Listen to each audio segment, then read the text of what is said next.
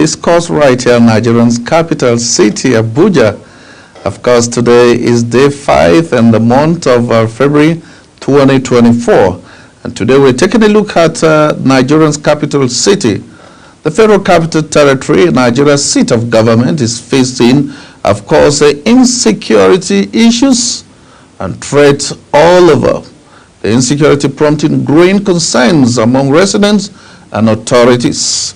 The capital city, once considered relatively immune to relevant security challenges in other parts of the country, is said to be the topic of discussion as far as insecurity is concerned.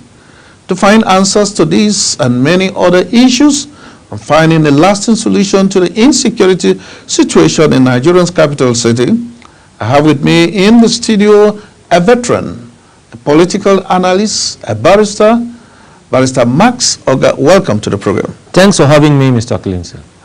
Let's go straight. Abuja, of course, before you relocated to Abuja, security was part of your top on the list. But it looks like today, security is on the negative side as far as the Federal Capital Territory is concerned. But let's take your view. Yes, I do agree with you sincerely that the greatest threat to the Federal Capital Territory today is a state of insecurity.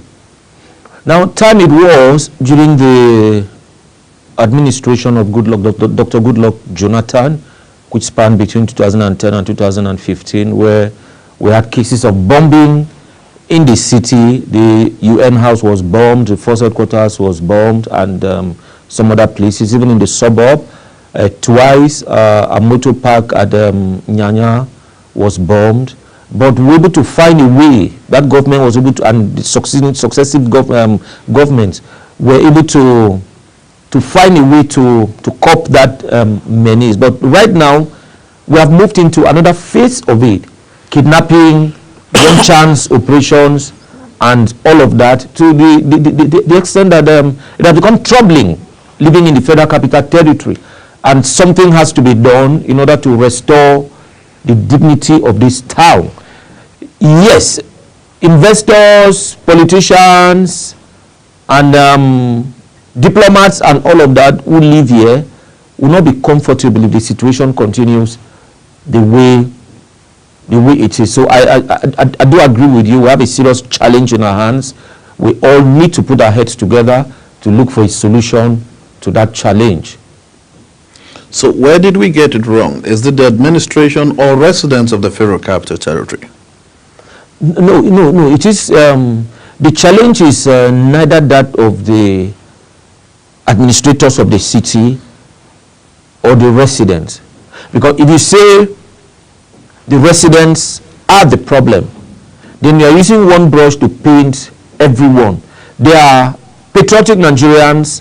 They are nationals of other countries who live here doing legitimate businesses, right? They are not part of these problems. But you see, the rich alone cannot successfully live in any community. They must also have the poor amongst them. Yeah, because the rich need drivers, the rich need domestic staff, the rich need mechanics to fix their vehicles. The rich who build every day need artisans will work for them.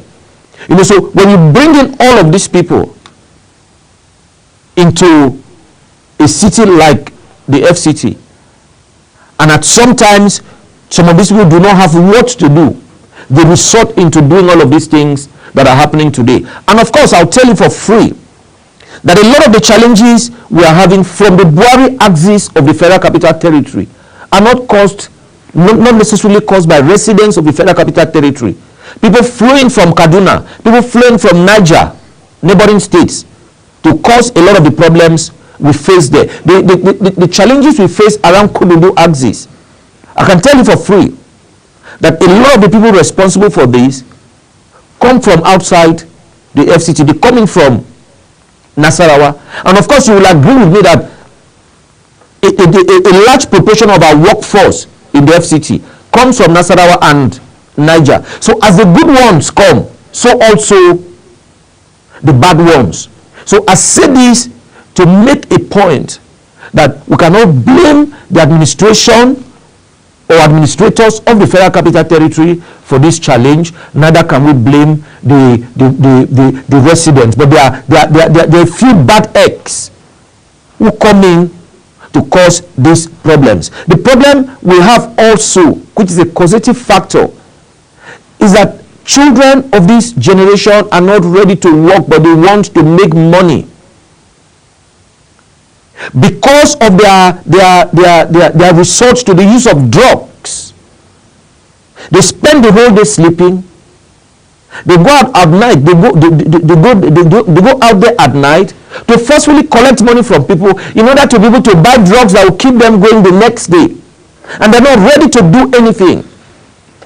If you're a builder or you're close to anyone who is building, it has become very difficult even getting people who are ready to settle down to work. Everybody wants money. If you bring anybody to do, you bring someone, for instance, to do POP for you, and you pay the person up to 50-60% of whatever charges you have agreed with him, whatever fees you have agreed with him, after a day or two, that person will just disappear into thin air. So people want money, but people are not ready to work. And where people want money and they are not ready to work, their best bet becomes crime. Commission of crime becomes their trade. So these are the things that are causing this problem. Now the Federal Capital Territory Administration has taken some steps, in my opinion. They've taken some, continually they've been taking steps that in a way will cope this challenge. A lot of settlements which are thickly populated with idle people, young men, young girls, the FCDA or FCTA has gone into these places to clean them up, because these are safe havens, like some people will put it, for criminals, for prostitutes. Wherever you find women of loose virtue, you find a lot of criminals amongst them. So they've been cleaning up all of these places. Then I read 2 days ago also a statement issued by the current Commissioner of Police in the FCT, CP Bernard Igwe, who said the police authorities within the FCT will not condone any act of any motorist driving without a plate number or driving with one plate number, because those who go into one chance operations, this is how they disguise, so you won't be able to pick them up easily. Then I would suggest that in addition to the measures that the FCDA and or the FCT has put in place, and of course the police, to measures that the police has also put in place, that in addition to this, that we should introduce motorized patrol arrangements for the city, for the city. Get motorbikes which are to be manned by armed policemen, so that they go through and through. If you drive in some places in town, you see that vandals have brought down street lights, just because they want the poles bearing this light. Somewhere between NJI and the Federal Staff Hospital stroke EFCC junction, there is no single street light standing there. They brought all of them down and all of that. So if you have people outside the isolated police checks you have at night, of course you see them between 9 p.m. and about 11. Thereafter, if for any reason you drive around this town at 1 a.m., you hardly can see policemen on stop and search. So if you have armed policemen on motorbikes patrolling the city, it will help us sort out this issue. I also want to say that the man we have at the helm of affairs as a commissioner of police in the FCT today is a man who had policed the FCT in the past as a commander of the now disbanded Special Anti-Robbery Squad, SARS. He was the head, and he did very well. After that, he went to the zone as Deputy Commissioner of Police Operations. That is the zonal headquarters, Zone 7, headquarters, which is housed at Zone 3. So he's used to securing the FCT. He knows what to do. So he has come, or rather he's continuing with what he's done for a couple of years.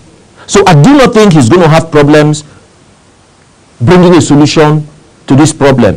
And of course, as citizens of the FCT, we also have a role to play.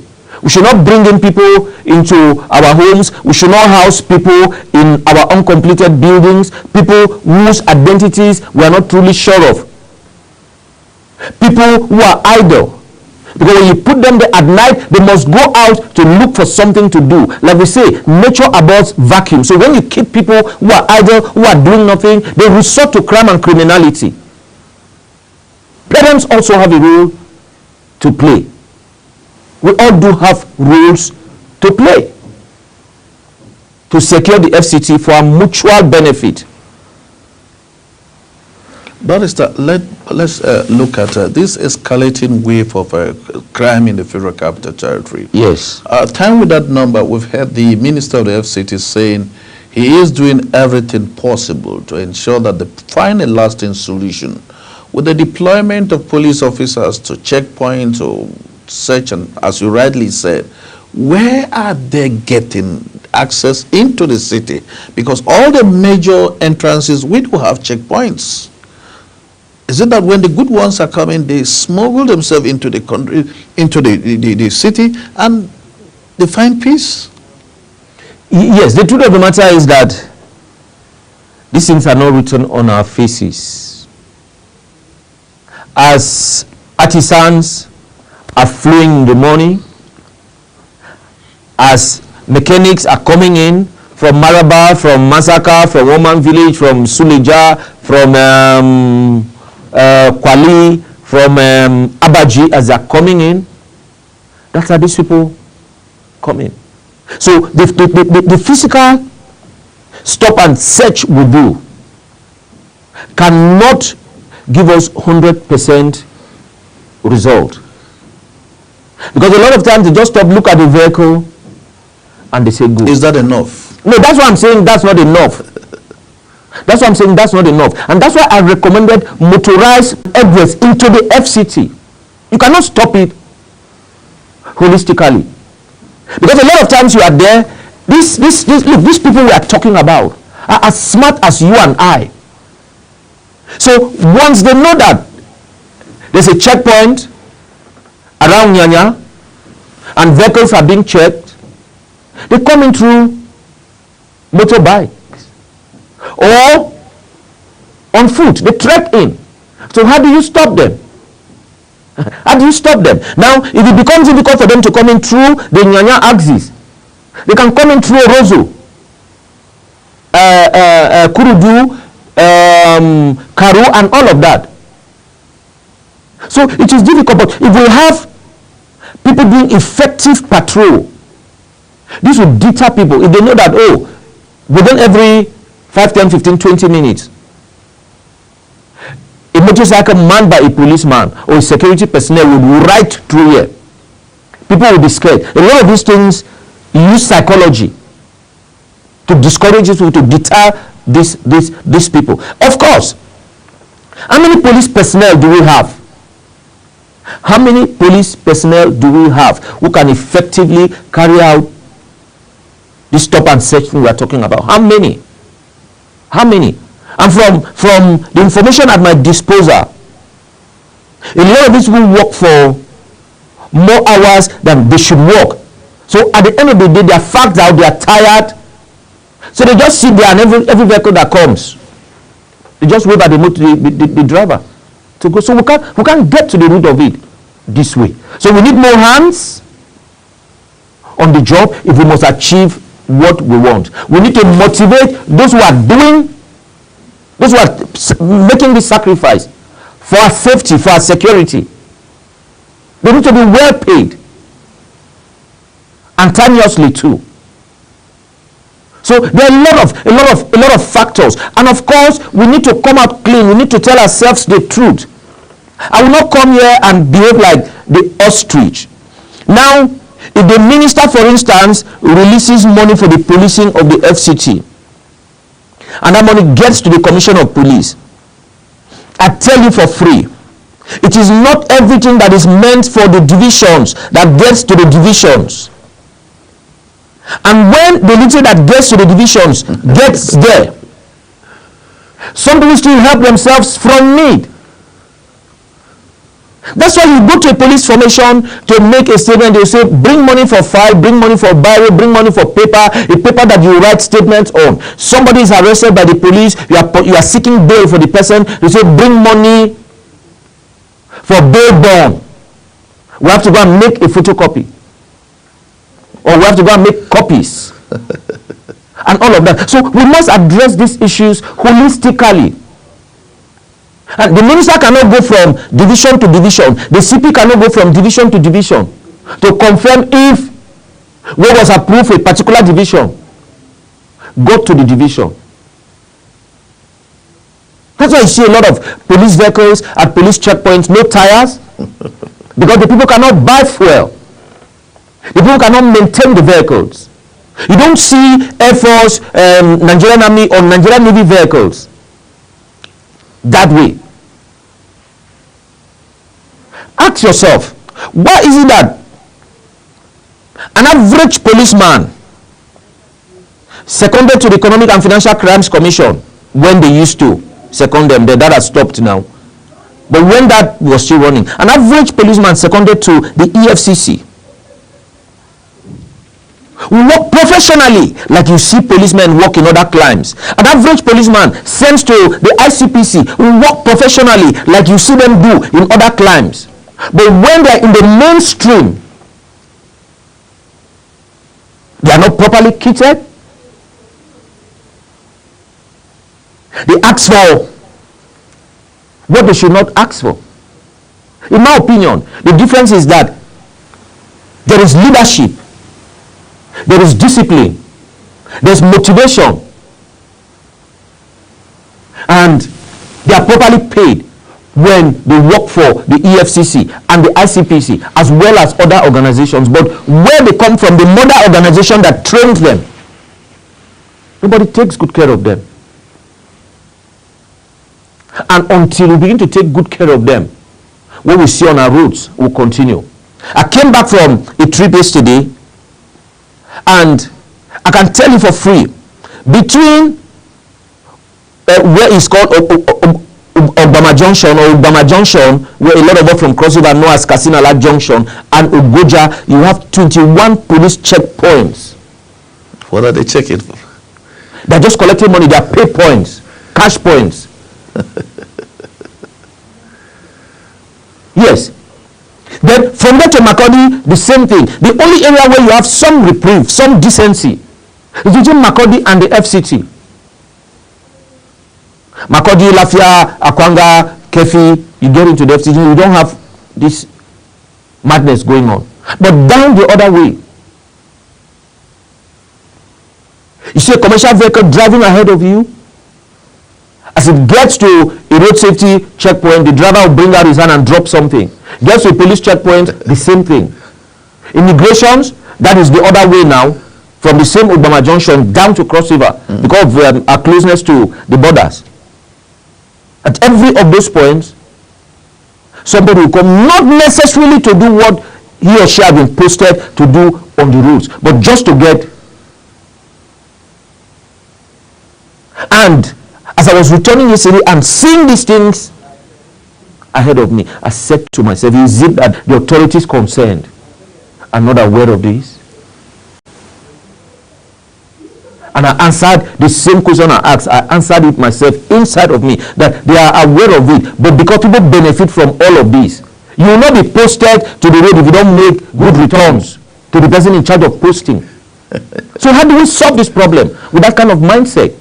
They stop and check, people on stop and check duties, even in the FCT. At night, you see somebody who is old enough to be your father carrying a rifle and saying to you, Oga, your boys, they here. He's old enough to be your father or your big brother. But he's saying to you, your boys, they here. buy us pure water. I mean, that's the extent to which we have reduced these people to. So if you get there and you're carrying arms in your boot or something, and you bring out a 1,000 naira and give to these people, they will salute you. Nobody will make the mistake of going to check your boot. Nobody. So whilst we need some form of reorientation, we also need to put our feet down in terms of discipline, in terms of checking these people. You don't send people to the field and just allow them do whatever they want to do. The activities should be audited. They should be monitored. Once in a while, the Deputy Commissioner of Police in charge of operations should disguise and drive in a taxi and see what these people do. Disguise, drive through a point where you have a stop and check point and see if they will check the boot. I'll share this with you. A story is told of an experience a former commissioner of police had, Lawrence Ikwalubi. And he went to Cross River, he comes specifically his hometown, and was traveling to Calabar. Of course, then what CPs drove us 504 Peugeot. And police people stopped him and insisted, stopped his vehicle and insisted on seeing what was in the boot. The man didn't say, I'm a commissioner. Of course, he was not in uniform. His driver was not. He didn't say, I am a police officer. Quietly, the driver stopped, went, checked, and he saw that there was nothing there. It was at that point he disclosed his identity to them. So we should have more of our officers doing this. So if, for instance, somebody in that category is stopped and the people on duty on stop and check are saying, Oga, give us something, take their numbers. Make sure they are disciplined. Of course, I'm sure you are aware of the case where a certain foreign biker was riding somewhere in Nigeria and police people stopped him and misbehaved to the fullest. They asked, give us money, give us money. He didn't know the man recorded everything that went on. Information at my disposal shows that the two policemen involved have been dismissed. Something else. They say, okay, maybe they pay us our money before we go. I'm saying it in their language. That for 9 months they never pay us. So why we condemn this? We're also saying the causative factor should be addressed. A full-blown adult will not reduce himself to the extent of calling his son, somebody who is his son's age, Oga, because of 20 naira, because of 100 naira. If he has food in his house, if he's sure of his transport fare back home from that duty post. So we must address these issues in the FCT. Insecurity in Abuja, Nigeria's capital city, is a national issue. And on today's edition of the program, Midday Discourse, our guest, a veteran political analyst, Barrister Max Oga, is helping us to find lasting solution. Between October and December in 2023 alone, a total of 13 recorded kidnap cases only in Abuja. And the police in the federal capital said over 80 vehicles or so were impounded. The records, or the question we asked in Abuja, has they paraded some of this beside the police kidnapping or beside the police parading in their headquarters or in the command headquarters? What is the outcome after these cases? We don't seem to know. We don't know if they were sentenced or they were bailed. But many believe that the security arm may not have done exactly what is needed. Now this takes us back to what the chief of defense staff said before the Senate of the Federal Republic of Nigeria, that they do their best, get people arrested, and when these people are sent forth to the courts for prosecution, they get released. And you see them on the streets again. A lot of times they go to threaten these same security personnel who got them arrested and their families. So you can see the problem is hydra-headed. We all have roles to play. The media has a role to play. A lot of times, you said something about people being, paraded. A lot of times, because the security agencies and their personnel want the public to know what they are doing, when they bring these things to the fore, you people from the media will attack, saying they're doing media trial. Right? These people are taken to court. Lawyers of all species and categories and classifications will come out. They say, oh, human rights, human rights, human rights. And of course, once an application is filed before a court of law asking for somebody's bail, if there are no obvious reasons why the person should not be granted bail, the person definitely will be granted bail. So we all have to do our work. The media should do its work. Those in the bar, private legal practitioners should do their work. Those who defend these people who are tried. Those in the official bar who prosecute should do their work. Registry staff in our courts should do their work. The GDEX should do its work. We are all involved. Members of the society who know where these people reside, who have information, should also do their bit by sharing information with security personnel. So where someone, like I always say, using the bank as an example, you have people in operations, you have people in marketing. So when people in marketing go out there, receive insults and all of that from people they are marketing, and they get these people to get to their branches to open up or to open accounts, then when these people get there, those in operations treat them disdainfully. Then they have frustrated all of the efforts of those who went to the field to talk to these people. So we have to work that way. Those in operations must do their bit in order not to frustrate the efforts of those in marketing. So media, do your bit. Legal practitioners, do your bit.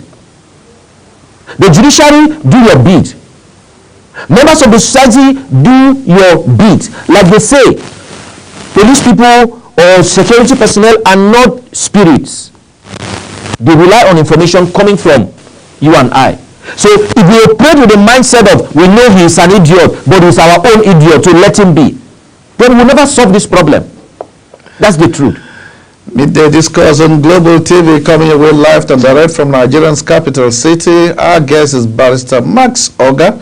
We are looking at finding a lasting solution to the insecurity in Nigeria's capital city, Abuja. Let's take a break. When we come back, we'll go straight to an issue that many believe could be the solution to this crisis.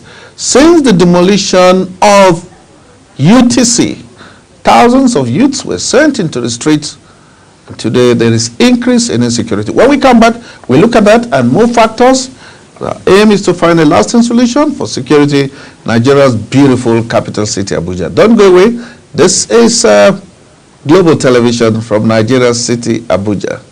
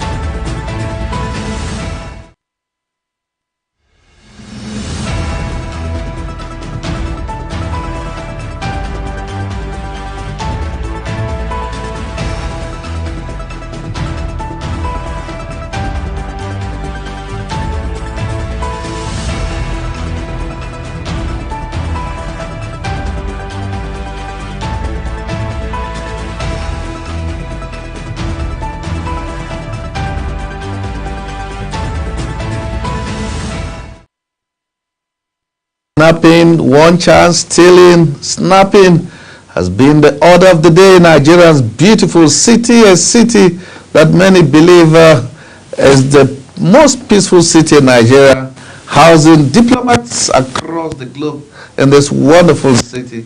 But the story now is something else. Many believe that since the demolition of UTC by officials of the Federal Capital Territory Administration, over 2,000 workers or artisans in that environment were sent jobless, and they are in the street of Abuja. Barrister Maxwell is a resident in the Federal Capital Territory.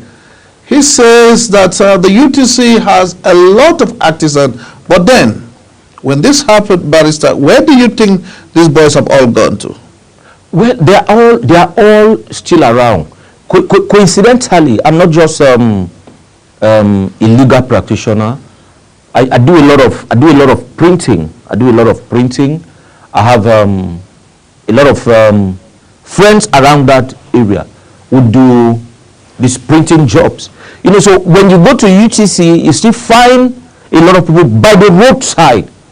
By the roadside, yes, trying to keep in touch with their customers.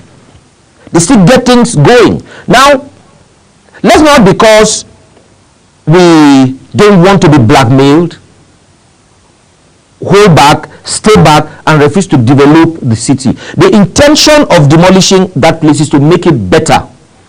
Work is going on there now to make that place better, to make it cleaner. The way UTC was structured, thank God we didn't have any major fire incident there. The way that place was structured, if there was a fire incident, a lot would have happened. And now we have them under the mock. The same number, just as Riley said, yes, are under one mock. Yes. Should we have a fire outbreak? What do you think will happen? No, now I am saying that's why what is going on there should be encouraged. Government is cleaning up that place, just like they did somewhere around Jabi.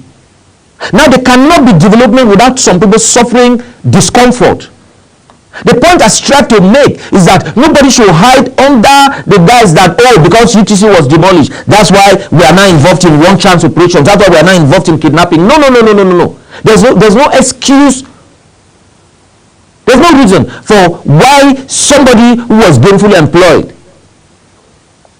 should say, oh, because where I was doing business has been demolished. We must learn how to find alternatives. Look, let me say this to you. Time it was for 2 years as a lawyer. I didn't have an office. I paid for an office, the first office rent I paid in this town. The place was demolished close to FCDA because the authority said that they gave that place to a church for purposes of running a church and not a plaza. So for 2 years I didn't have an office. I ran my office inside my vehicle. I didn't go into crime. No, I didn't. I know people who sell by the roadside. Not once, not twice. People from AEPB seize their wares and all of that. But they don't give up. They don't go into crime. The next day you see them again. And all of that. So anyone who has an excellent spirit, anyone who has a spirit of hard work, anyone who believes that it is not good to take what belongs to another person, using a knife or a gun, no situation, no circumstance will push the person into that. That's the point I seek to make on this. In a few months' time, the entire UTC will become a very beautiful place. We all want the FCT to be nice and beautiful, but we are not ready to pay the price. It shouldn't be so. No, it shouldn't. Not at all. Many residents in Abuja are of the opinion that the Minister of the Federal Capital Territory should intensify his security mechanism to find a lasting solution. The Rivers State-born politician who is currently the Minister of the Federal Capital Territory had kept no one in doubt of his intention to make Abuja a safe place. Is Barrister Wike doing enough in security in Abuja, where he is the master? I take you back to what I said a few minutes ago. The Minister of FCT is not expected to carry rifles or carry a rifle and man FCT streets to secure the people. All he's expected to do is to provide the facilities needed by security personnel, provide the resources needed by security personnel, and security institution or formation or organization. The Nigerian police, basically the Nigerian police, the Nigerian Security and Civil Defense Corps, right? I don't think any one of them can complain that the FCTA has not been doing what it ought to do. But internally, where are you getting this record from? Because a lot of them complain lack of tools, a lot of them complain lack of motivation. No. I'm surprised by this. No. Let's get this right. I've made a statement here before. The minister releases money based on what has been budgeted for, right? The police authorities in this case the Commissioner of Police, receives what is meant for the FCT, right? And some things begin to happen. The Commissioner of Police can say, okay, distribute to all the divisions we have. And some people in the system want to help themselves. This is where the problem is coming from. That's why I said we should find a way of auditing these things. We should find a way of following up on these things. Don't just release money and you go to bed. But if you check our streets, you see, government buys vehicles for security personnel. They provide office accommodation for them. Their payment does not come from the FCT. Their salaries do not come from the FCT. They are personnel of the federal government. They are supervised by the Police Service Commission. Is it supervision now? What was the proper word? Now the Police Service Commission is the body that oversees their activities. So their salaries come from the federal, but other things that they need, the government of the FCT has been doing its best to provide this. Even private individuals and organizations. You see some white vehicles in town donated by Dangote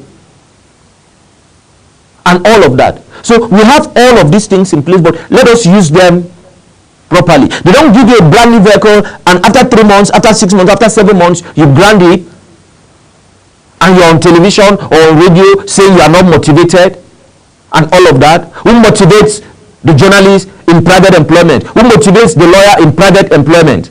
So we must learn how to keep our heads high up. Like I say to people, if you know that job is not good, don't take it. Don't take the job and start murmuring. You know that the pay is not good. Stay away. Go and get a job in the bank if you can stand the troubles, if you can stand the heat in the kitchen. Go to the CBN. Go to NNPC if you can have your way. But if you know that you cannot get in there, hold on to the one that you have and do it well. The job at the NNPC, you may get it as a police constable doing your job dutifully. You may get it as a police sergeant doing your work dutifully. So let us do our little bits. Because a small man today has a potential of being a big man tomorrow if he or she shows faithfulness in the little assignment that he or she has been given. Barrister, let's look at the role the vehicles are playing with all this in Nigeria's capital city. Call it wanchers, call it kidnapping, all the vehicle comes on the center. Yes. What should we do? What role should the VIO play beside the motorbike, which you are suggesting? What else should we do? Because there must be a driver involved in this case, or a vehicle. Yes.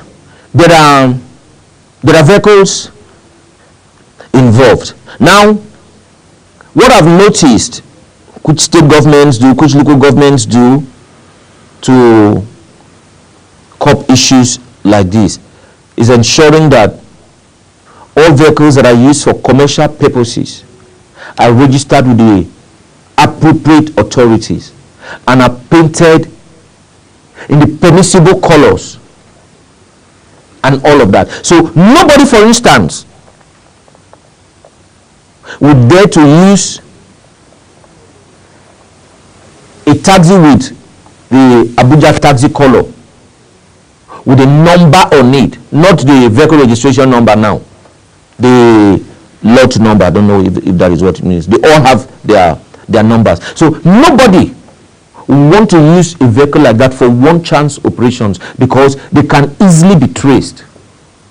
So a lot of times it is on painted taxis. That's why in a lot of estates and some government offices like the Supreme Court, you can't drive into the Supreme Court with an unpainted taxi. And all of that. So we can check some of these things by ensuring that it is only people who are registered to operate or render taxi services who hit our routes. But of course, a lot of us, including journalists like you, including lawyers like me, when we are coming to work in the morning from Lube, from Kubwa, from Karu, you see us lifting people. Oh, because we feel we want to augment our foil. So when people do this, it becomes difficult to check or checkmate the activities of people of the underworld. And of course, commuters also have a role to play. A lot will say, let me say it in pidgin English. If I go inside park now, they will waste my time. So we prefer to pick vehicles by the roadside. I have not had a stand to be corrected that anyone boarded a vehicle from a designated motor park and the person got pushed away along the road. It is people, these guys pick by the roadside, who end up in trouble. But most parts of the Abuja city, we do not have bus stops, or functional bus stops. So if you were heading to Wuse and you find yourself in a place like, say, Maitama, and there's no bus stop in Maitama, what do? You have to stand by the roadside. No. That's now. You're talking of long distances? Now. It does appear I am more conversant with these issues than you are, more of a grassroots person. From the way you are dressed, you probably live amongst the elites, right? And you operate within their zone. Now, have you heard that any one chance operation took place within Asoko or within Maitama? No, it's always, no, I'm coming. It's always along the Mabuchi-Kuba Expressway, right? Lube, City Gate. Do you understand? In addition to that, yes, it's usually on these routes. Now, after peak hours, from 9 a.m. and thereabout, that's when a lot of people fall victim. You are in Kuba, you are in Dede, you want to come into town, you flag down an unpainted taxi and you get in and you are pushed down somewhere along the line. People going to Maitama, for instance, like you talked of a bus stop, a lot of them use taxis, drop, right, which take them there. Now, for such people, what we have had, the certain incidences we have had, and not the drivers attacking the passengers. It is passengers attacking the driver, usually Uber or what's the other one now? Bolt drivers. People who disguise as passengers are the ones who attack them. They will take us to Asoko, take us to Maitama, and they do something funny. But when you're talking of people being pushed down by some other people who pretended to be passengers in a vehicle, it's always on these expressways. That Mabushi axis is notorious for this. Between Mabushi and Kuba, between Lube and the City Gate. That's where a lot of these things happen. In addition to that, between Barnes linking the Federal Secretariat up to Gudu, it's happening, and it has happened severally. Okay, so you are proving to me that it's happening. That you are amongst us, the Talakawas. That's where we are. That's where we are. It's happening on a daily basis. But finally, Barrister, let's come back. Yes, please. To bring Abuja what it was in 10 years, 15 years, is it possible? Can we achieve it in terms of security? Yes, nothing is impossible. It's for us to up our games, right? Each and every one of us has a role to play. If I see anyone living in my neighborhood who is not doing anything but always spending money, I should let the security agencies know. If I have a neighbor who is at home sleeping the whole day and goes out only at night, I should let somebody know. As a property owner, I should not give out my property or condone a situation where I give out my property to someone who makes his or her payment 2-3 years ahead, and yet I don't see the person going to work. The person is always at home with a lot of phones and laptops and all of that. And because I'm being paid properly as a landlord, I look the other way. No. I owe society a duty to speak out. Then, those of us who are privileged to be part of the security architecture, the police, civil defense, and all of that, we should also sit up. We should do our jobs. I hear a lot of them saying, we don't suffer and the big people, they eat the money. No, do your bit. A small man today, like I said, is a potential big man. You may be constable today and a big man tomorrow. I know a low-ranking police personnel who holds a PhD. He went to school while on that job. Now, that certificate of his can earn him a job elsewhere. Like they say, permit me to say it in pidgin English, at all. Now, in bad. So the little things they get, which is making some of them not take their job seriously. Those things help.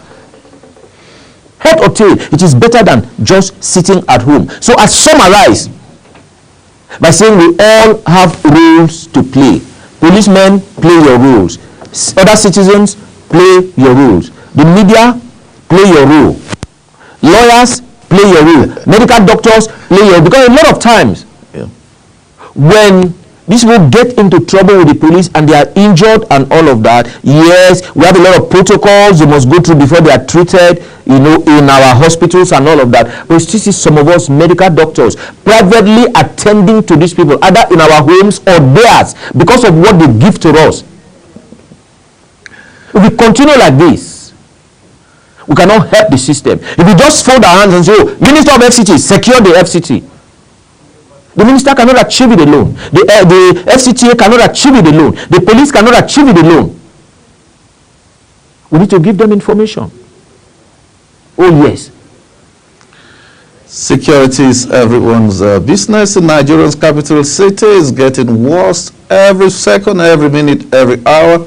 And we are looking at finding lasting solution to this ugly situation in Nigeria's capital city. It is on that note that we had as our guest this wonderful afternoon on the program Midday Discourse, Barrister Oga Max, joining us on the program, finding a lasting solution, making Abuja what it used to be.